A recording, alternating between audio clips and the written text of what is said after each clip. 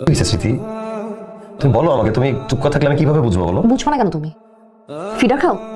বাচ্চা তুমি এখনো? তুমি বাবার বাসা প্রথমবার বাচ্চা করে নিয়ে গেছো, তুমি কাচকি মাছ নিয়ে গেছো, শাকসবজি, একটা মুরগি, 1 কেজি মিষ্টি, অ্যাটলিস্ট 5 কেজি মিষ্টি নিয়ে যেতে পারতা না? আশ্চর্য, তুমি কি বলতেছো? আমার যাবে তো তুমি তো জানোই, আমার সামর্থ্য অনুযায়ী আমি যতটুকু কেনার দরকার ততটুকু কিনে নিয়ে গেছি। হ্যাঁ, তোমার সামর্থ্য ব্যাপারে আইডিয়া আছে আমার, কিন্তু তুমি কি ধার করতে পারতা না? আর তোমার দ্বারা যদি ধারও না হতো তুমি আমাকে বলতা, আমি ভাইকে বলতাম, ভাইয়া তোমার নাম করে বাজার করে সবাইকে বলতো আমার বোনের জামাই এত কিছু বাজার করে নিয়ে আসছে। অ্যাটলিস্ট সবার সামনে তার মান সম্মানটা থাকতো, প্রেস্টিজটা থাকতো। সরি স্মৃতি, আমি এই প্রেস্টিজটাই সম্মানটা ধরে রাখার জন্য, রেসপেক্ট পাওয়ার জন্য মানুষের কাছে ধার করে, হাত পেতে হাওলাত করে জীবন চালাতে পারবো। আমি ফেক হতে পারবো না স্মৃতি, আমি রিয়েল থাকতে চাই। কারণ রেসপেক্ট করার থাকলে করবে, কারণ করার থাকলে আমি জোর করে তো আর্ন করতে পারবো না। তাছাড়া বিয়ের আগে তুমি আমার ব্যাপারে সবকিছু জানতা, আমি কত টাকা আর্ন করে জেনে তুমি আমাকে বিয়ে করছো।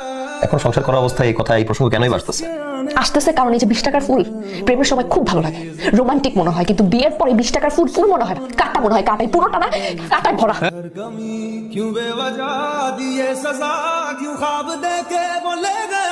স্যার, 10 লাখ।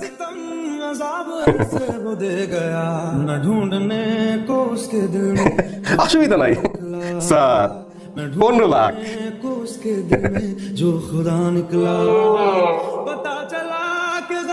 আমি যদি বিক্রি হই, তোমাদের দেওয়ার রেটে আমি বিক্রি হব না।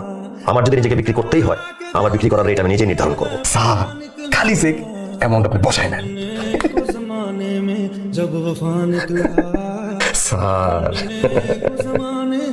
जब वफा निकला ढूंढता था एक पल में दिल जिसे ये 100 दफा है सुबह नाराज उस बिन रूठी शाम दिन खफा वो आए